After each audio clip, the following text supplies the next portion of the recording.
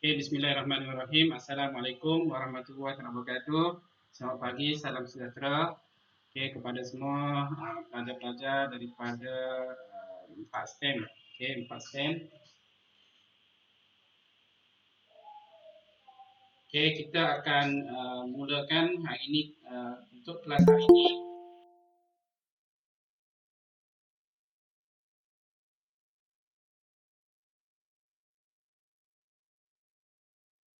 Oke, untuk kelas hari ini kita akan pergi kepada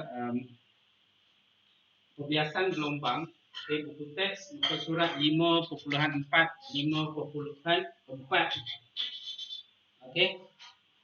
Jadi cikgu harap hari ini semua bertenaga, okay, bersedia untuk kelas, okay, bersedia untuk kelas dan terus bersemangat, okay, untuk PDPR. Okay, jangan boring-boring, okay. Kalau boring cubalah release tension, release tension. Bila masa free, tak ada kelas, cubalah main movie ke, kan, apa-apalah yang boleh release tension. Kita nak keluar pun tak boleh. Jadi terpaksalah kita pembelajaran kita pun dekat rumah. Okey. Jadi untuk hari ini. Okey, hai. Okey, jadi untuk hari ini, okey, untuk kelas hari ini kita akan lihat pada 5.4 pembiasan gelombang. Kita tengok dulu objektif untuk hari ini. Okey, objektif untuk hari ini pembiasan gelombang. Okey, yang pertama, objektif yang pertama, okey, menerangkan pembiasan gelombang dari aspek-aspek berikut. Okay, pembiasan. Nanti kita kejap lagi kita lihat detail apa yang dimaksudkan dengan pembiasan. Okay, pembiasan gelombang. Okay, yang mana kita akan tengok dari segi aspek-aspek. Yang pertama kita tengok dari segi sudut tuju. Kita dah pergi sebelum ni apa yang dimaksudkan dengan sudut tuju dan macam mana rupa sudut tuju. Okay, kemudian sudut pantulan. Okay, sudut pantulan sama juga kita dah jumpa pada satu topik sebelum ini. Okay, selepas tu panjang gelombang. Okay, ini lambda. Okay, dia guna simbol lambda. Frekuensi. Okay, kemudian laju dan yang terakhir iaitu arah perambatan gelombang. Perambatan, arah pergerakan. Okay, arah pergerakan gelombang. Okay, yang kedua, okay, objektif yang kedua iaitu melukis gambar rajah untuk menunjukkan pembiasan gelombang untuk dua kedalaman yang berbeza. Okay, pembiasan gelombang, okay, untuk dua kedalaman. Bila sebut kedalaman ini kita akan pergi lebih kepada apa tu? Air. Okay, kita akan tengok gelombang air. Dan perbiasaan ini akan berlaku apabila berlaku perbezaan kedalaman. Okey, kawasan cetek dengan kawasan dalam. Okey, yang ketiga, menjelaskan fenomena semula jadi perbiasaan gelombang dalam kehidupan harian kita. Ini yang kita nak kaitkan. Sebelum ni kita tengok, kita nampak beberapa fenomena tapi kita tak boleh nak rungkaikan, kita tak boleh nak uraikan. Okay, kita tak boleh nak detailkan apa macam mana proses itu terjadi. Jadi fizik ni dia akan cerita lebih detail, okay, apakah fenomena yang terjadi dan kaitan dengan fizik yang kita belajar. Okey, kemudian menyelesaikan masalah yang melibatkan pembiasan gelombang. Ada formula dan ada pengiraan sedikit. Okey, dah boleh? Ready? Boleh kita teruskan kelas?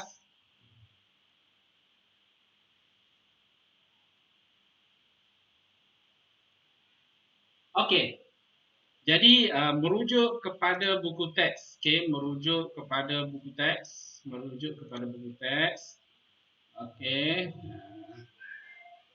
merujuk kepada buku teks, okey,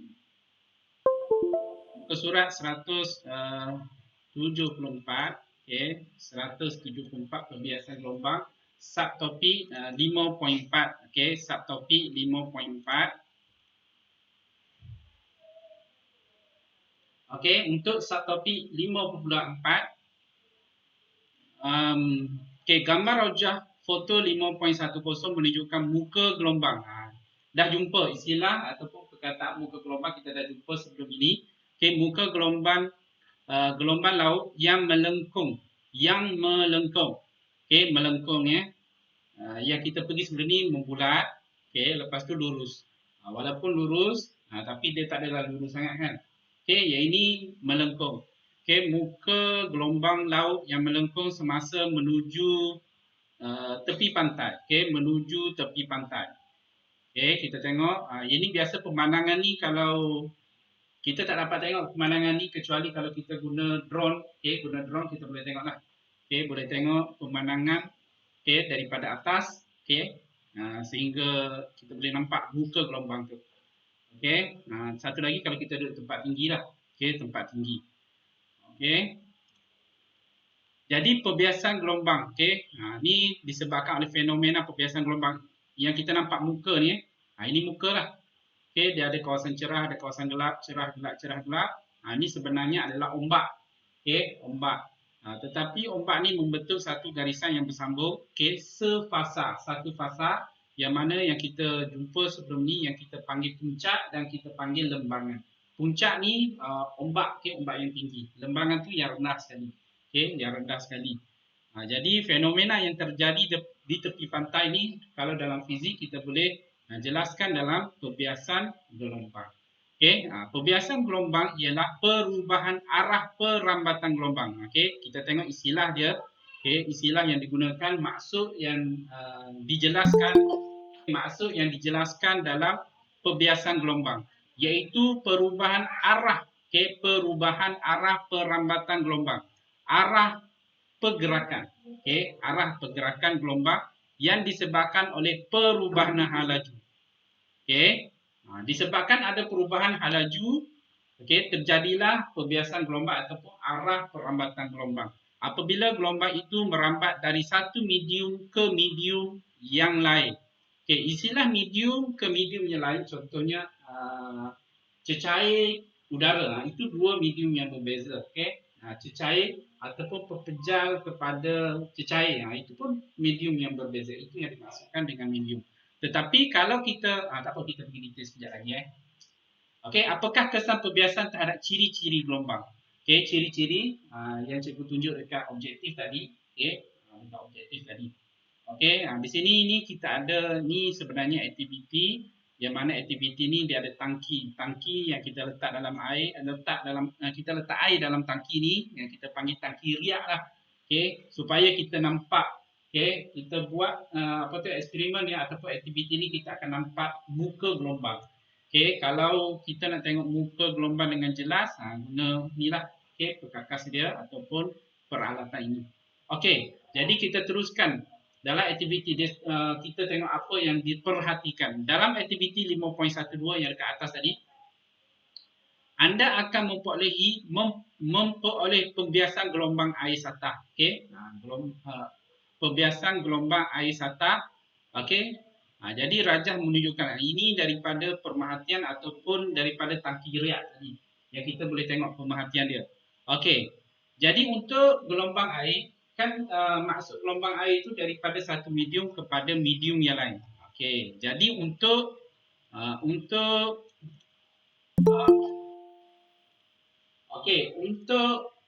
kes yang gelombang air medium ke medium yang lain sebenarnya adalah daripada kawasan cetek dan kawasan dalam. Medium yang pertama kawasan cetek, medium yang kedua iaitu kawasan yang dalam. Itu kalau kita pergi kepada gelombang air. Kalau gelombang cahaya, medium yang kita boleh perhatikan medium ke medium yang lain iaitu daripada kawasan udara, medium udara dan medium cecair iaitu dalam air. Itu dua medium yang berbeza. Okey. Tapi kalau dalam kes gelombang air, medium iaitu kawasan cetek dan kawasan dalam. Okey. Tengok aktiviti ni dia ada kawasan dalam. Okey, kemudian kawasan cetek. Jadi ini sebenarnya adalah dua medium yang berbeza. Okey, dua medium yang berbeza. Okey. Jadi untuk aktiviti yang ke atas ni ditirakan, okey, kita tengok gambar rajah. Okey, yang gambar rajah yang pertama ni dari kawasan air dalam. Okey, ini daripada kawasan dalam ke kawasan air yang cetek. ini yang dimaksudkan dua medium yang berbeza. Daripada medium air dalam kepada cetek. Okey. Dekat sini, macam mana dia buat perbezaan ni? Dia letak bongkah. Dalam aktiviti ni, dia letak bongkah. Okey. Dia letak dalam ni kawasan cetek, kawasan dalam. Okey. Ni. Kepingan prospek. Okey. Dia bentuk, dia loop sinar. Okey. Loop sinar kita letak. Ni pepecah lah, kita letak circle dalam tu. Jadi sebenarnya nak menunjukkan perbezaan ataupun memberikan perbezaan dalam kawasan air ni. Okey, dan masuk ke dalam air. Okey, jadi dekat sini kita, ini muka gelombang gelap, cerah, gelap, cerah. Muka gelombang satu fasa ni sefasa gelap.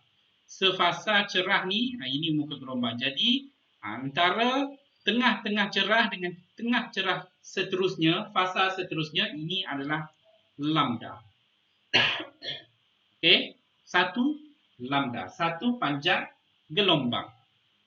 Okey, jadi arah dia, ni tengok, ini muka gelombang, jadi ini arah perambatan gelombang. Okey, maksudnya ombak ni daripada kiri dia ke kanan. Ini arah, ditunjukkan dengan anak panah. Lepas tu ini garis hitam ni adalah perbezaan antara kawasan cetek dengan kawasan dalam. Okey, iaitu perbezaan antara kawasan dalam dengan kawasan cetek, kita garis.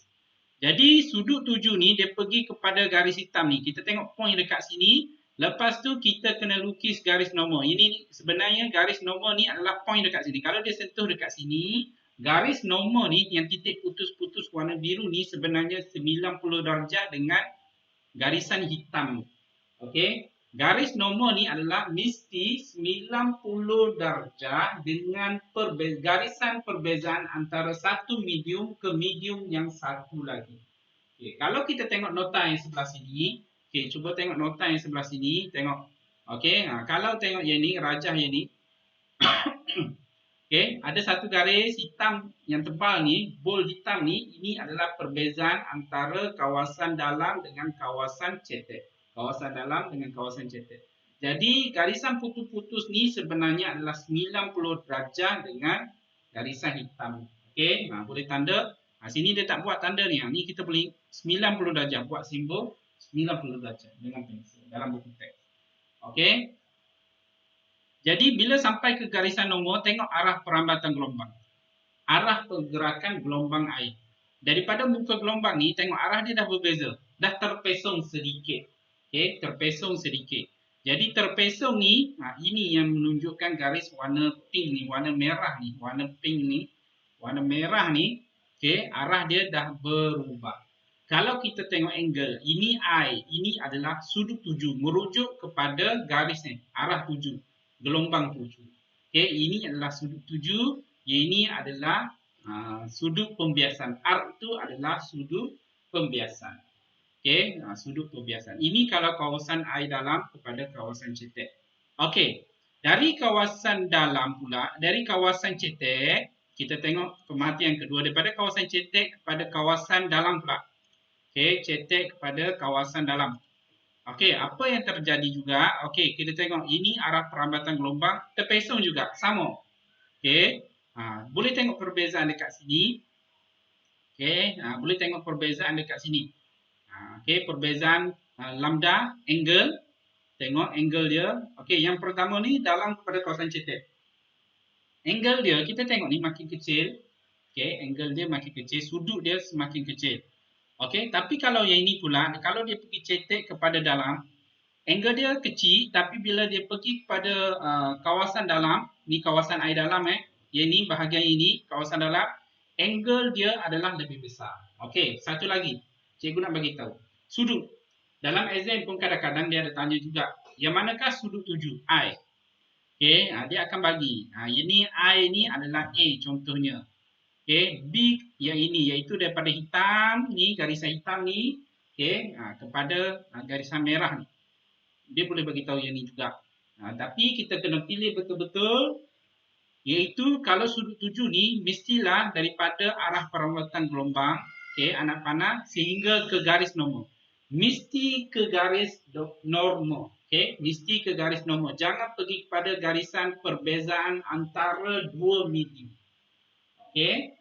Jadi kena ingat sudut tu mesti dia akan pergi kepada garis normal. Itu tujuan garis normal sebenarnya. Sebab tu kita kena lukis garis normal dulu sebelum kita menentukan sudut, sebelum kita menentukan angle ataupun jumlah nilai sudut tu. Okey, garis normal tu wajib. Okey, kita kena lukis dulu. Okey, kita sambung. Okey, jadual meringkaskan kesan perbiasan ke atas ciri-ciri gelombang. Yang kita tengok objektif tadi, ciri-ciri gelombang. Jadi kesan dia kita akan tengok satu persatu ke atas ciri-ciri gelombang. Okey, dia ada perbandingan iaitu perbezaan di antara apa yang terjadi kalau arah perambatan ni daripada kawasan dalam pada kawasan cetek, daripada cetek pergi ke dalam pula. Okey. Jadi jadual ni adalah kesan ke atas ciri-ciri. Yang pertama, kena setiap item mesti faham ataupun boleh boleh apa tu dijelaskan. Okey, kamu semua mesti contohnya sudut tuju. Yang mana satu sudut tuju dalam kepala mesti tahu sudut tuju ni dekat sini. Okey, yang mana satu sudut biasan kena tahu sudut biasan tu dekat mana. Okey. Contoh yang ni, okey, kita pergi kepada ciri gelombang. Yang pertama sudut tuju dan sudut biasan. Simbol dia dalam ni adalah I dengan R. I ni adalah sudut tuju, R ni adalah sudut pembiasan ataupun sudut biasan. Okey, apa yang terjadi kalau daripada kawasan dalam kepada kawasan cetek? Okey, kena highlight ini kawasan dalam pada kawasan cetek. Okey, ini daripada kawasan cetek pergi ke kawasan dalam. Okey, dua situasi yang berbeza. Okey, yang pertama, okey, daripada kawasan dalam pada kawasan cetek, sudut tuju lebih besar daripada sudut biasan. Sudut tuju lebih besar ni simbol dia adalah lebih besar. Okey, sudut tuju lebih besar daripada sudut biasan. Kalau kita tengok sini, sudut tuju ni I lebih besar daripada sudut R. Sini dari mata kasar kita boleh beza dah. Sebab dia perbezaan dia kita boleh nampak ketara. Dia bukan perbezaan yang sikit tetapi perbezaan dia sangat banyak. Kita tengok dengan mata kasar kita boleh tengok I ni lebih besar, nilai I ni lebih besar daripada sudut R. Okey. Okey, kalau daripada kawasan I cetek pula kepada kawasan I dalam, okey, sudut tuju dia lebih kecil. Tengok gambar rajah dekat atas. Okey, ketara juga perbezaan kita boleh lihat iaitu sudut tuju lebih kecil daripada sudut R. Okey. Okey, ini ciri yang pertama, iaitu sudut tuju dan sudut biasan. Okey, kita pergi ciri yang kedua. Ciri yang kedua iaitu berkaitan dengan panjang gelombang. Okey, panjang gelombang. Okey, panjang gelombang iaitu lambda. Tengok sini istilah yang digunakan ataupun simbol yang digunakan lambda. Ini panjang gelombang. Bila sebut panjang gelombang, kena tahu satu panjang gelombang itu merujuk kepada gelombang. Okey, gelombang. Okey, gelombang. Okey, merujuk kepada gelombang. Kalau muka gelombang daripada satu fasa kepada satu fasa, kita ambil center tengah. Okey, kita ambil tengah-tengah kepada tengah-tengah yang lain. Ataupun kita ambil gelap. Dekat gelap ni, kita ambil tengah-tengah sehingga ke tengah fasa yang satu lagi. Okey, mesti hanya perbezaan satu fasa saja. Maksudnya kalau kita ambil cerah, kita pergi kepada cerah yang seterusnya. Diselangi oleh satu fasa lembangan, iaitu kawasan yang gelap. Okey, itu adalah satu lambda. Okey, apa terjadi pada panjang gelombang? Okey, yang dekat sini berkurang. Okey, berkurang. Kita tengok gambar ajar dekat sini. Ini satu lambda. Ini adalah satu lambda. Okey, perbezaan dia tak begitu ketara. Okey, dengan mata kasar kita tengok macam tak ada tu sangat. Tetapi kalau kita tengok betul-betul, tengok kawasan cerah dia. Bukaan kawasan cerah, satu fasa tu. Besar kan? Yang sini dia makin mengecil. Bukaan. Okey, bukaan sefasa dia makin mengecil. Sama juga kawasan yang gelap. Makin mengecil. Bila semua semakin mengecil, dekat situ kita dapat simpulkan panjang gelombang dia pun sama. Semakin mengecil. Jadi berlaku perubahan panjang gelombang. Okey, tengok sini panjang gelombang berkurang. Apa terjadi kalau merambat daripada kawasan cetek pergi kawasan dalam? Yang dekat sini. Okey, bertambah. Panjang gelombang ni bertambah. Cuba kita tengok. Sebenarnya, kalau kita nak faham betul-betul, sebenarnya kita ambil satu ni, kita pesongkan arah perambatan tu. Okey. Kita tengok dekat sini. Panjang gelombang sini bertambah. Ni lambda 2, ini lambda 1. Okey, kita tengok kawasan cerah dia macam ni. Okey, bila pergi kepada kawasan dalam, kawasan cerah dia lebih besar, lebih lebar. Okey, lebih lebar. Okey, jadi berlaku perbezaan antara panjang gelombang. Frekuensi. Okey, frekuensi adalah tidak berubah. Okey, dalam perbezaan kita tengok dekat sini, kita kena highlight juga apa yang tidak berubah. Okey, dekat sini kita tengok ciri, iaitu satu ciri frekuensi tidak berubah. Frekuensi sama dengan 1/T. 1/T. Okey, 1/T. Okey, laju gelombang. Sama. Okey, tengok laju gelombang. Secara formula, kalau laju gelombang V sama dengan F lambda. Okey, F lambda. Okey, F lambda. Okey, bila F lambda maksudnya F tu merujuk kepada frekuensi. Kalau kita tengok frekuensi dekat atas tidak berubah, maksudnya nilai F tidak berubah. Lambda adalah satu panjang gelombang. Okey, satu panjang gelombang. Jadi satu panjang gelombang lambda tu panjang gelombang, kalau kita tengok sini berubah, berlaku perubahan. Bila berlaku perubahan, V ataupun laju gelombang pun berubah jugalah. Ini kita nak kaitkan. Okey, kita nak kaitkan antara panjang gelombang dengan laju gelombang. Tengok formula, cikgu ulang sekali lagi. Formula V sama dengan F lambda. Okey, V sama dengan F lambda. V sama dengan F lambda. Okey. Jadi V itu merujuk kepada laju gelombang, F tu merujuk kepada frekuensi, lambda merujuk kepada panjang gelombang. Tiga benda ni dah. 1, 2, 3. Okey. Jadi yang berubah panjang gelombang. Bila panjang gelombang berubah, nilai laju gelombang pun berubah. Okey. Kita tengok arah perambatan ataupun istilah yang kita boleh faham iaitu arah pergerakan. Sini kita pun tengoklah. Berubahlah kan. Dia terpesong, berubah. Okey, jadi dekat sini dibias mendekati garis normal. Pemesongan yang berlaku ni, istilah yang kita gunakan adalah bias, pembiasan. Okey, istilah pemesongan arah perambatan gelombang dalam istilah dalam apa tu? Dalam kita nak takrifkan, okey, dalam pergerakan gelombang, arah perambatan gelombang sebenarnya arah pergerakan gelombang. Sama juga arah pesongan gelombang, istilah yang kita gunakan adalah pembiasan. Okey, pembiasan. Jadi sini dibias mendekati garis normal, cikgu ada beritahu tadi, ini mendekati, tengok garis dia lebih kecil, yang ini dia menjauhi. Sudut dia lebih besar. Menjauhi garis normal. Okey, jadi jadual ni sebenarnya menceritakan ataupun dia tunjuk persamaan dan perbezaan antara dua situasi yang berbeza. Okey, boleh faham setakat ni? Ada soalan?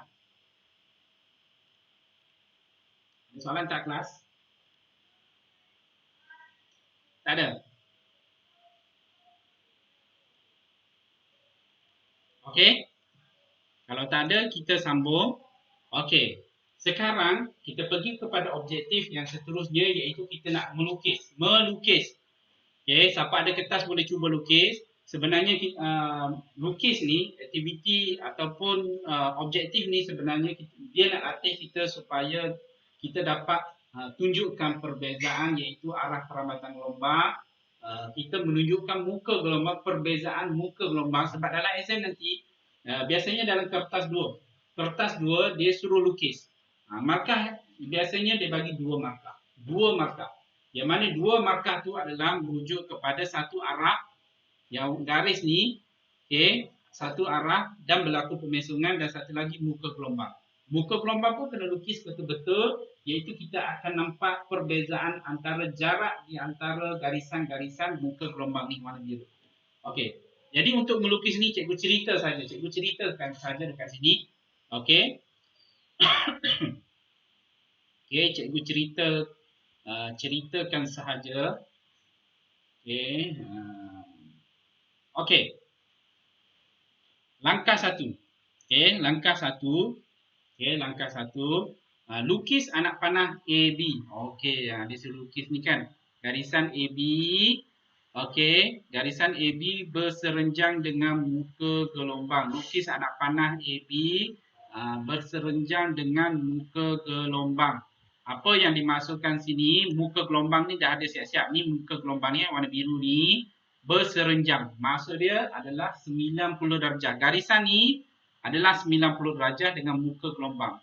Okey, 90 darjah tu istilah yang kita gunakan dalam matematik iaitu serenjang. Okey, serenjang. Okey, lukis garis AB ni sehingga kepada satu titik iaitu perbezaan antara dua medium. Okey, dua medium.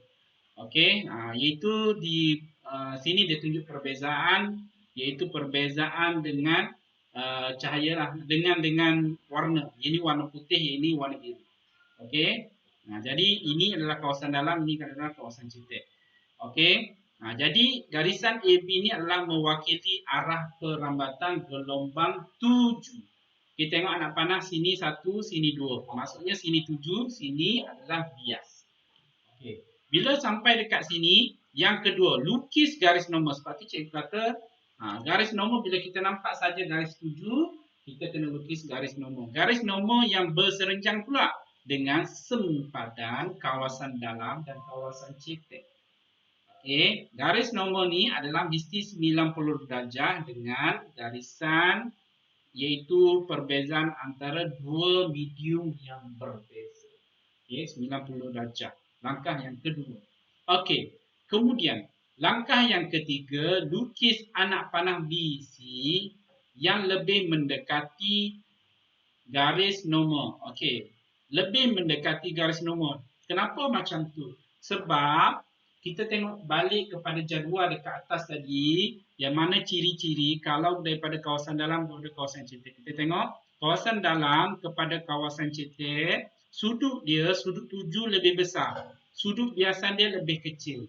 Jadi istilah yang lebih kecil ni kita panggil mendekati garis nombor. Garisan selepas, okey, selepas anak panah yang pertama ni, yang ini adalah mendekati garis nombor. Lebih dekat berbanding yang ini. Okey, sudut ni lebih besar daripada ini. Okey, kita kena tengok dulu medium. Kalau daripada kawasan cetek pergi kepada kawasan dalam, so garisan ni selepas masuk pada medium yang kedua, dia akan menjauhi garis nombor. Okey, dia terbalik dengan yang inilah. Ini adalah daripada kawasan dalam kepada kawasan cetek. Okay, kalau kawasan dalam kepada kawasan cetek, sudut yang kedua ni adalah lebih kecil. Okey, lebih kecil. Okey. Selepas tu lukis 3 garis yang berserenjang dengan AB. Tak kisahlah 3 ke 4 ke 5. Okey, garisan ni. Cuma nak lukis garisan, tengok Okey. Garis-garis hendaklah lebih rapat kepada satu sama lain berbanding dengan muka gelombang 7. Kita ada dua muka. Ini gelombang 7 iaitu muka dia lah kan. Muka dia selepas pembiasan muka dia lebih dekat. Kenapa? Sama juga yang kes tadi. Kalau muka gelombang, kita boleh tengok dekat sini panjang gelombang. Okey. Jadi antara satu garis dengan garis ni sebenarnya adalah 1 lambda. 1 lambda. Okey. Jadi dekat sini ada 2 muka gelombang 1, 2. Ini lebih dekat.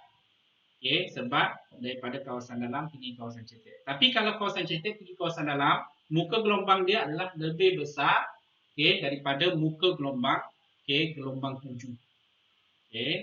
Boleh kelas? Boleh?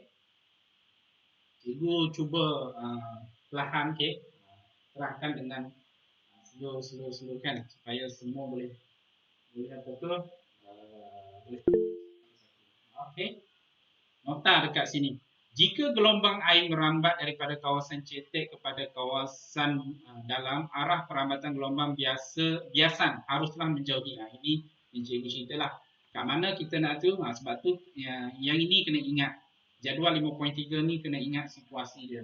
Kena ingat situasi ataupun perubahan, iaitu perbezaan antara dua situasi berbeza. Ini yang kita pergi ni sebenarnya merujuk kepada gelombang air. Okey, kita pergi kepada seterusnya. Okey, dia dekat sini dia tak tunjuk ada tak? Dia tak tunjuk maksud cikgu. Okey, dia tak tunjuk iaitu pada gelombang cahaya. Okey, gelombang cahaya. Okey, kita tengok pada nota. Okey, kepada nota Okey, ciri-ciri dan kesan. Ini yang apa tu? Yang kita pergi tengok tadi dalam buku teks pun memang dah ada. Okey, apa yang terjadi kepada sudut berubah. Okey, ini merujuk kepada ni secara overall lah kan, secara dua medium yang berbeza. Iaitu dia pergi kepada ini ni adalah secara rumusan. Kalau dalam buku teks untuk yang ini, dia pergi kepada dua situasi berbeza.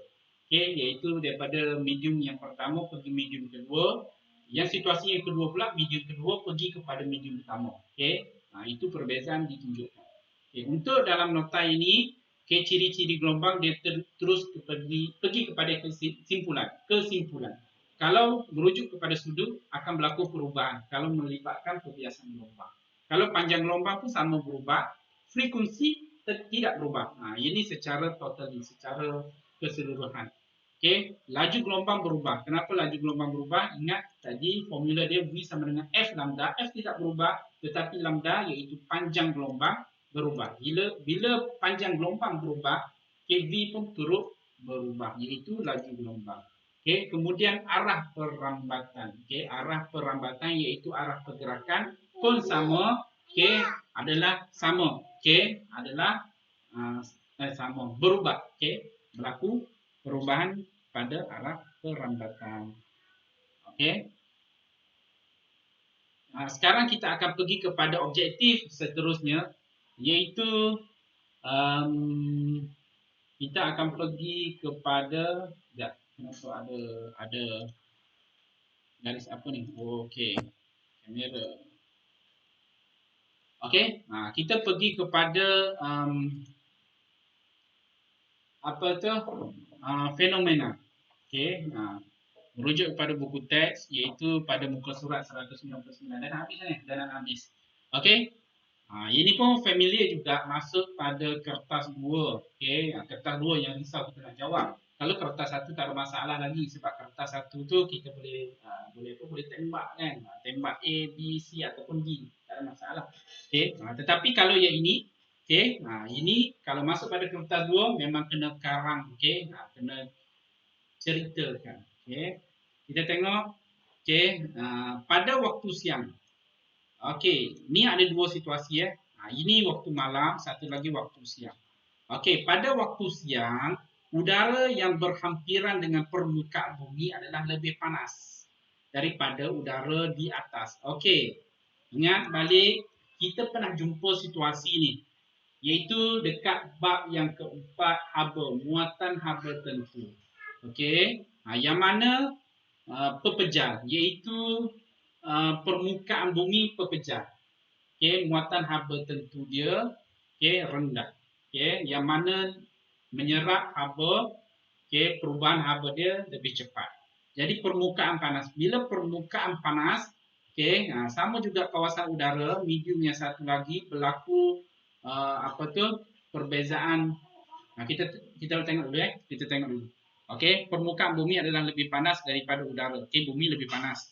Bunyi bergerak dengan lebih laju dalam udara panas berbanding dalam udara sejuk.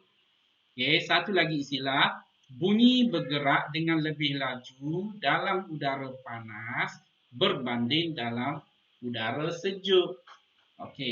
Dengan itu, gelombang bunyi dibiaskan menjauhi permukaan bumi.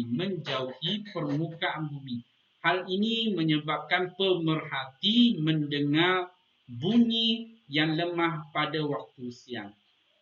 Kita boleh, situasi ni sebenarnya kalau kita duduk rumah, cuba waktu siang bunyi kita tak jelas sangat. Cuba waktu malam. Waktu malam macam-macam bunyi kita boleh dengar. Kalau kita buka tingkap, kita boleh dengar dekat luar kan bunyi hantu, bunyi burung ke, bunyi binatang, bunyi harimau ke. Dulu cikgu masa kecil-kecil dulu rumah kan, bunyi apa bunyi harimau. Kawasan cikgu tu ada harimau. Kawasan kampung. Dulu cikgu duduk masa cikgu umur 4 tahun. 4 tahun, 5 tahun, cikgu duduk satu tempat, yang mana dia dekat hutan sedikit lah kan. Cikgu dengar.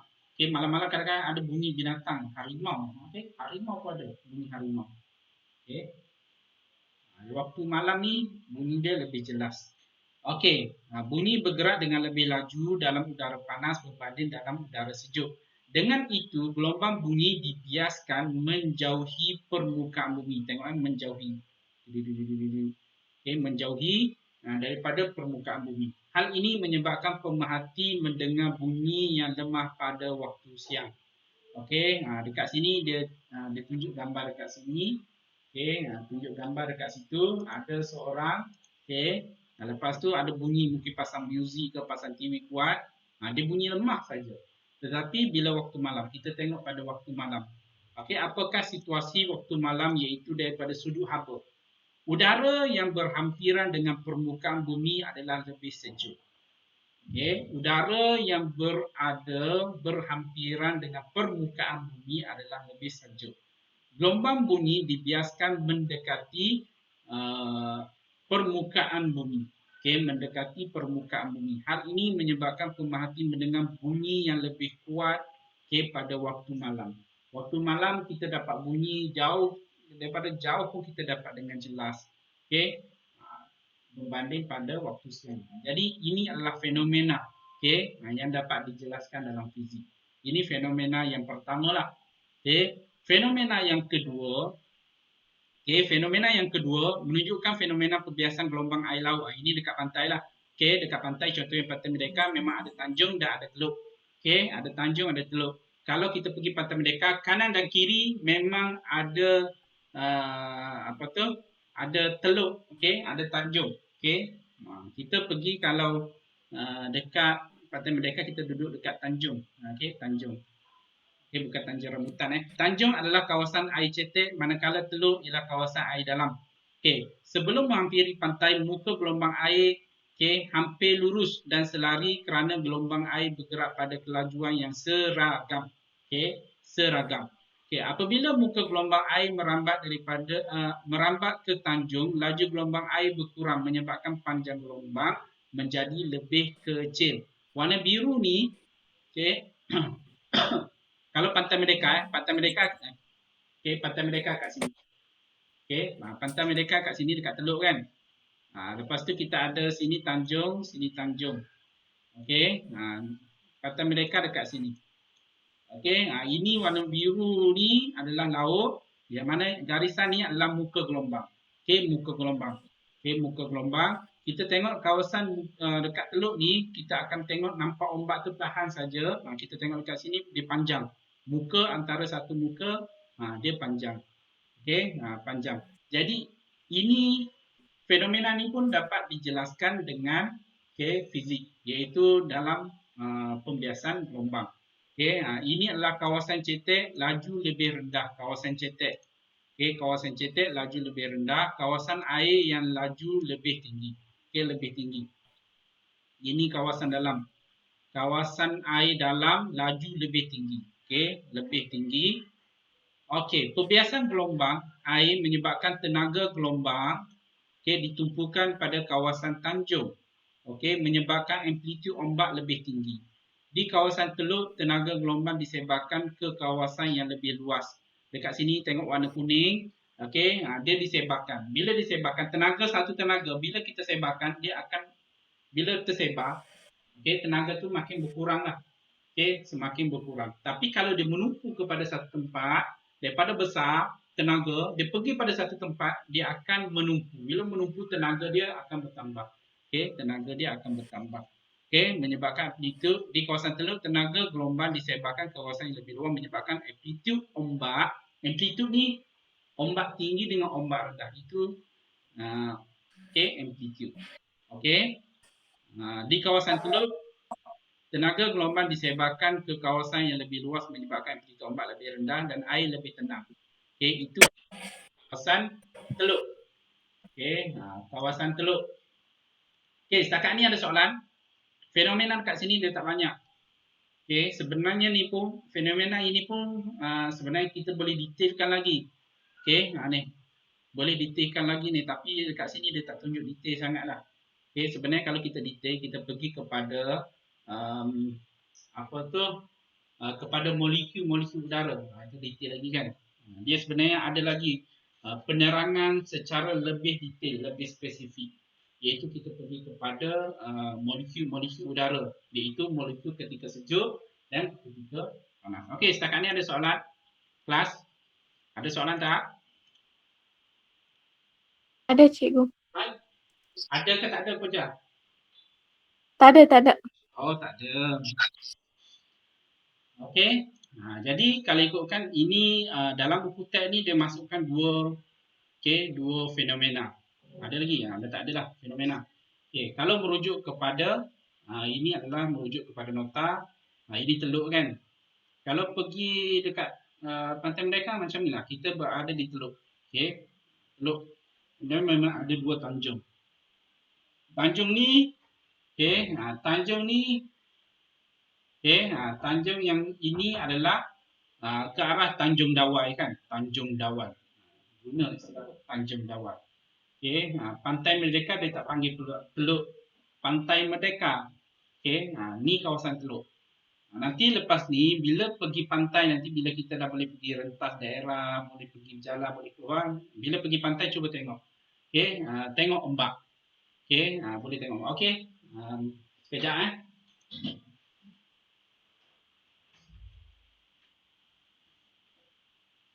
Okey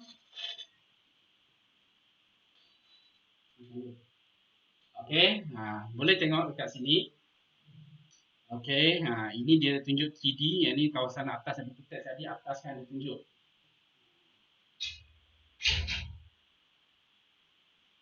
Okey, kita pergi kepada soalan. Okey, kita pergi kepada menyelesaikan masalah yang melibatkan pembiasan gelombang. Okey, dekat sini muka gelombang, okey, kerata rentas. Tengok kawasan dalam, kawasan cetek. Okey, kawasan dalam, kawasan cetek. Panjang gelombang dia berubah. Ni kawasan cetek ni dia letak bongkah. Ini petak ni, bongkah ni sebenarnya. Okey, bongkah jadi ni dia dah jadi cetek. Okey, kedalaman dia dah berubah. Okey, dekat sini dalam. Okey, kedalaman dia dalam lah. Okey. Dan berlaku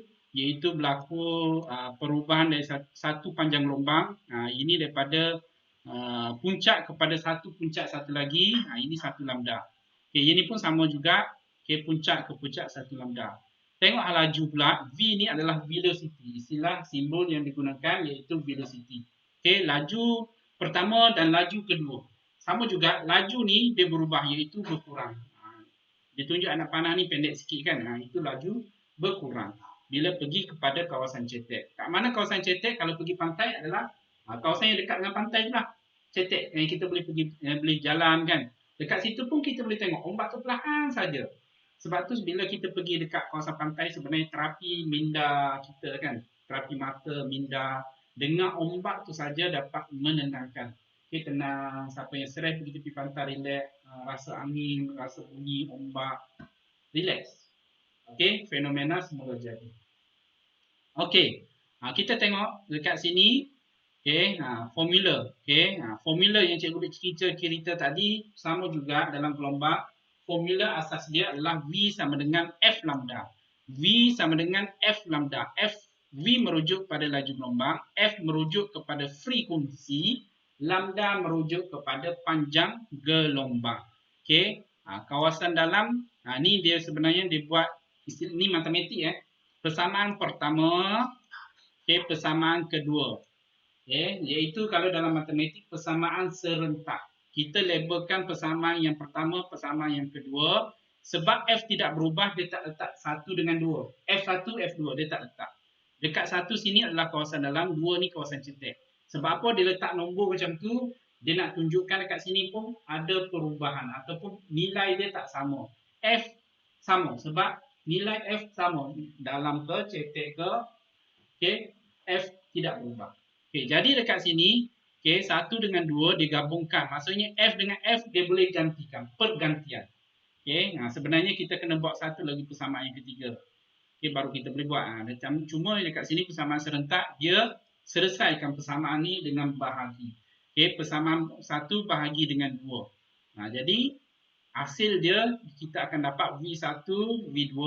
Okay, lambda 1, lambda 2. Nah, ini sebenarnya adalah perbezaan ataupun kita nak tunjuk dua situasi berbeza kawasan dalam dengan kawasan cetek.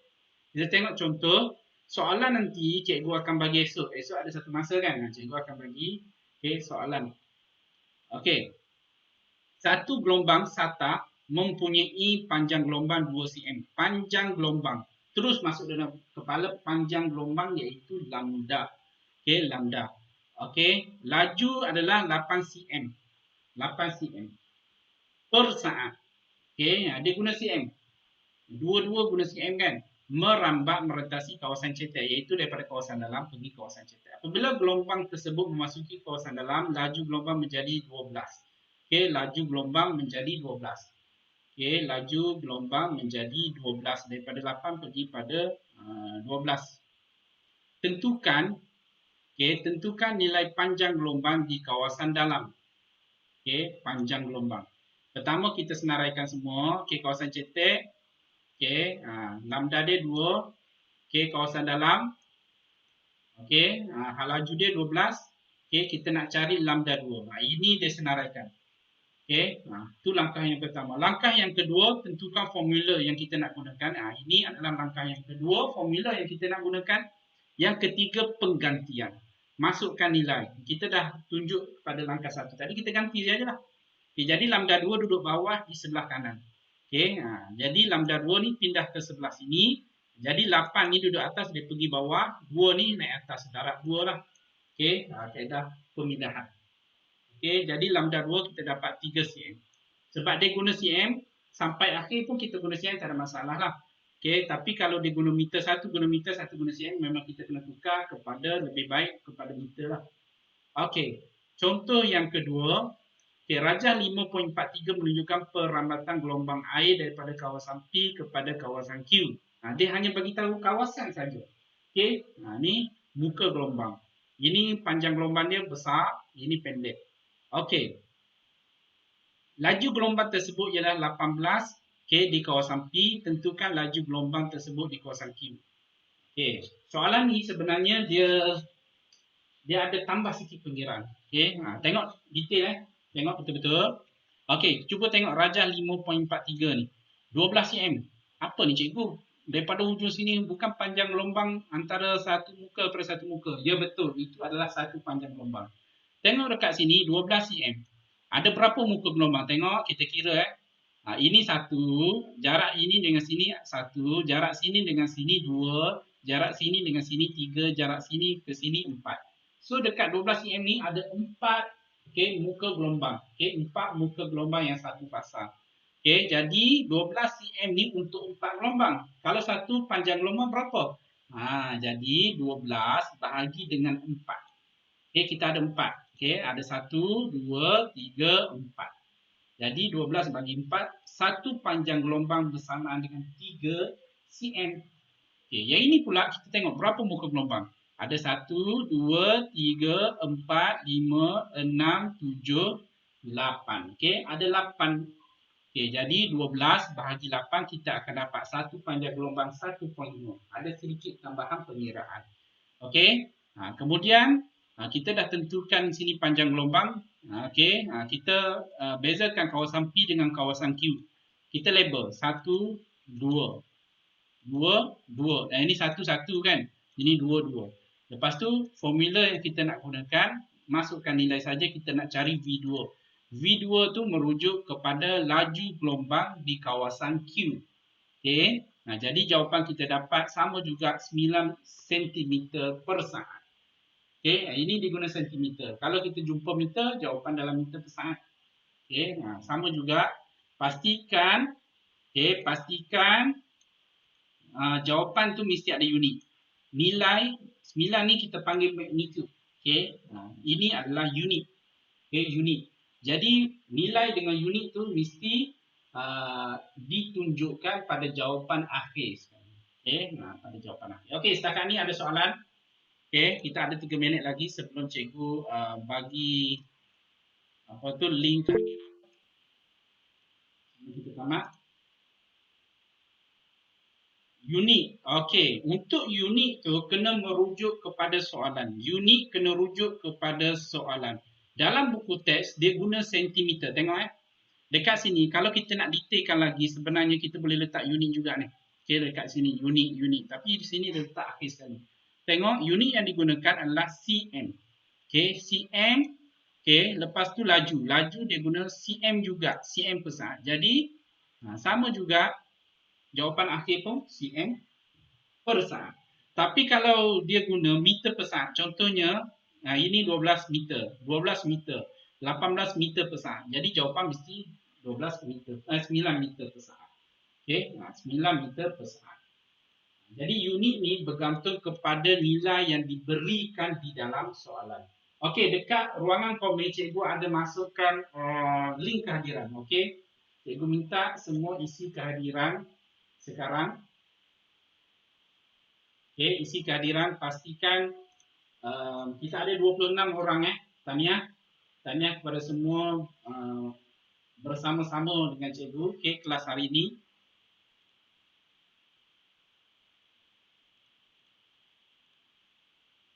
Okey, isi kehadiran.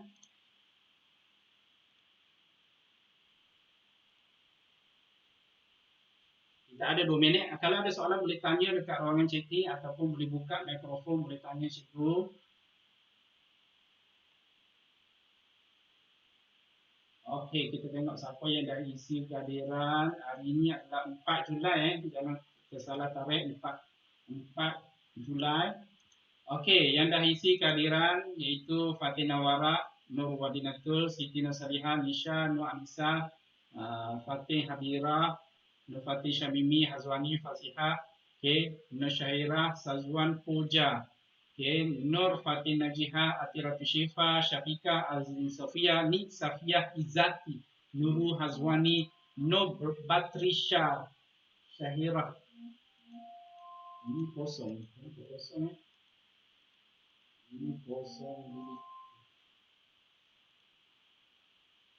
Okey, Alia Maisarah, kita tengok berapa orang yang ada isi kehadiran ni. Okey, Farizatul Alia. 21 orang baru isi. Okey, mana lagi lain-lain isi Nur Ain Syafirah. Okey. 22 orang. Siapa lagi belum isi? Cepat-cepat. Kejap lagi yang ada kelas lain dah ada panggil dah Cikgu Hasniah. Cikgu Hasniah dia kelas Google Meet kau dah tengok sat. Cikgu Hasniah, okey tak. Hari ni Cikgu Hasniah masukkan dalam Google Classroom. Okey. Ahmad Aikal 21, 22, 23, 23 orang. Okey, setakat ni 23 orang, mana lagi 3 orang.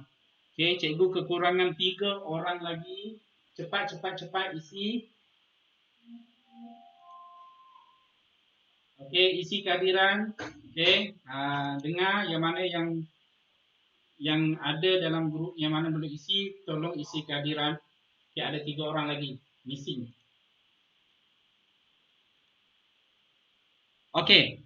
Jadi esok cikgu akan bagi latihan iaitu berkaitan dengan yang ini dengan minggu lepas punya kot.